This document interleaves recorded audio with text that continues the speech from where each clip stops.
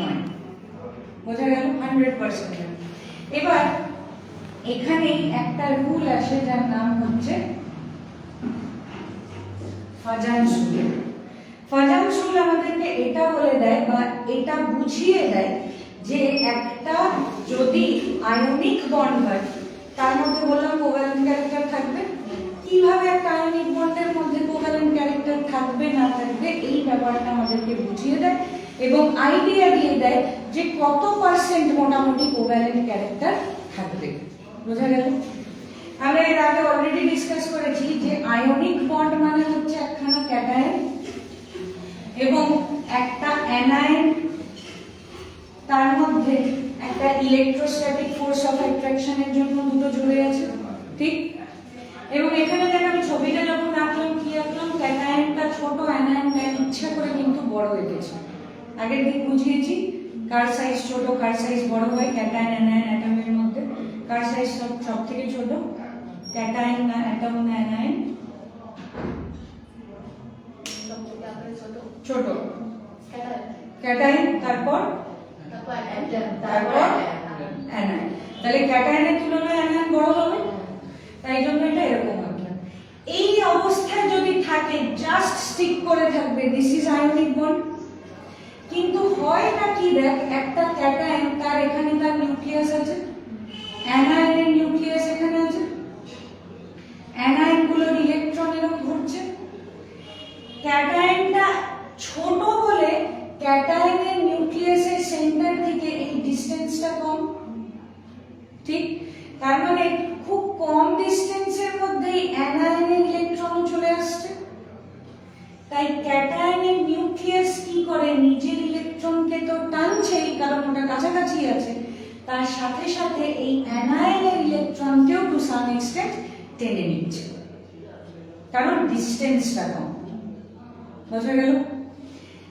যদি অ্যানায়নের ইলেকট্রনকেও ক্যাটায়ন টানে তাহলে কি হবে, শুধু তো এই পার্টিকুলার ইলেকট্রনকে টানছে না, এখানে ক্যাটায়নের প্রভাব অ্যানায়নের উপর পড়ছে এবং অ্যানায়নের ইলেকট্রনকে টানছে, যার ফলে জিনিসটার আকৃতি একটু বদলে যায় এবং অ্যানায়নটা সম্পূর্ণ এরকম পারফেক্ট গোল না থেকে অ্যানায়নটা একটু এরকম হয়ে যায়।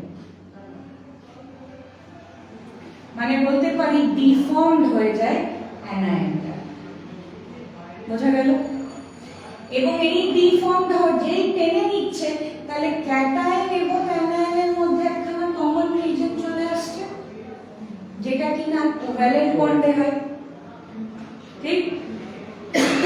যার ফলে আয়নিক বন্ড হলেও তার মধ্যে খানিকটা কোভ্যালেন্ট ক্যারেক্টার ঢুকে যাচ্ছে। ক্লিয়ার হয়েছে? তো এই জন্য কোভ্যালেন্ট বন্ড গেল। এবার আমাদেরকে পড়ার বিষয় হচ্ছে তাহলে একটা আয়নিক বন্ডে কতটা কোভ্যালেন্ট ক্যারেক্টার থাকবে সেটা আমি কেমন করে বুঝবো, বা কিসের উপরে ডিপেন্ড করবে যে আয়নিক ক্যারেক্টার, আয়নিক বন্ডে কোভ্যালেন্ট ক্যারেক্টার বাড়বে কিসের জন্য? বোঝা গেল?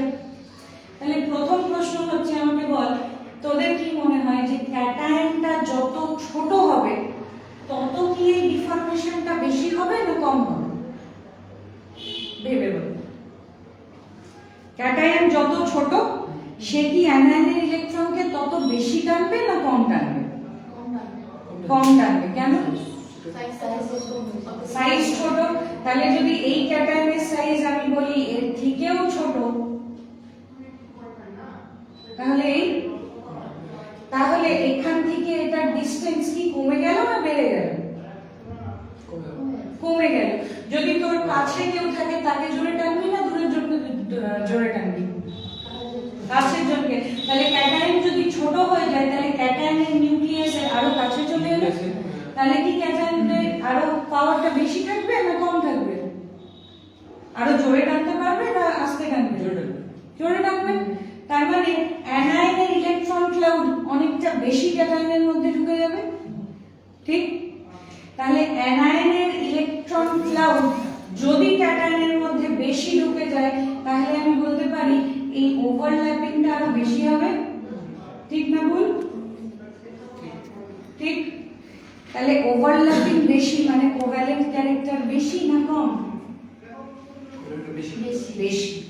বোঝা গেল? তাহলে এটা বোঝা যাচ্ছে যে ক্যাটায়নের সাইজ যত ছোট হবে তত বেশি কোভ্যালেন্ট ক্যারেক্টার থাকবে। ক্লিয়ার? কোভ্যালেন্ট ক্যারেক্টার আয়নিক বন্ডে তত হাই হয়ে যাবে। ঠিক? কোনো ডাউট আপাতত? তাহলে একটা বুঝলাম ক্যাটায়নের সাইজ। অ্যানায়নের সাইজের সাথে কিভাবে রিলেট করতে পারি? যে কোন ক্ষেত্রে অ্যানায়নের সাইজ বড় হলে নাকি অ্যানায়নের সাইজ ছোট হলে কোন ক্ষেত্রে কোভ্যালেন্ট ক্যারেক্টার বেশি চলে আসবে আয়নিক বন্ডে? সাইজ ছোট হলে। তোর আনসার ভেবে বলবি। হ্যাঁ, না সাইজ বড় হলে। না সাইজ বড় হলে। তাহলে কোনটা নেব? হ্যাঁ, ছোট হলে বড় হলে। বড় হলে ফাইনাল আনসার তোর বড় হলে। কেন বড় হলে?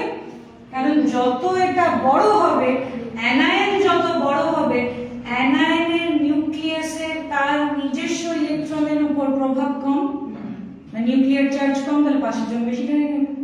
বেশি টেনে নেবে মানে বেশি ওভারল্যাপিং, বেশি ওভারল্যাপিং মানে বেশি কোভ্যালেন্ট ক্যারেক্টার।